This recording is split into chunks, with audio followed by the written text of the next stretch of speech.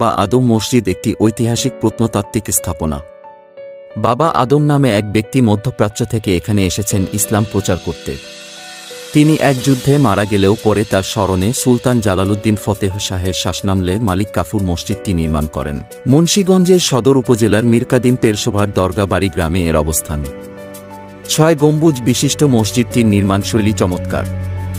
ভবনটির দৈর্ঘ্য 4-3 ফুট, প্রস্থ 3-6 ফুট, দেয়ালগুলো প্রায় 4 ফুট চওড়া। উত্তর দক্ষিণে লম্বা, সামনে খিলান আকৃতির একটি প্রবেশপথ রয়েছে, আর দুপাশে রয়েছে সমান আকারের 2টি জানালা।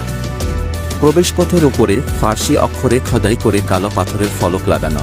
ইতিহাস থেকে জানা যায়, বাবা আদম মধ্যপ্রাচ্য থেকে 1173 সালে তৎকালীন বিক্রমপুর পরগনার রামপালে এসেছিলেন ইসলাম প্রচারের উদ্দেশ্যে। তখন সেন রাজাদের রাজত্ব। বিক্রমপুরের মহাপরাক্রমশালী রাজা বল্লাল সেনের সঙ্গে বাবা আদমের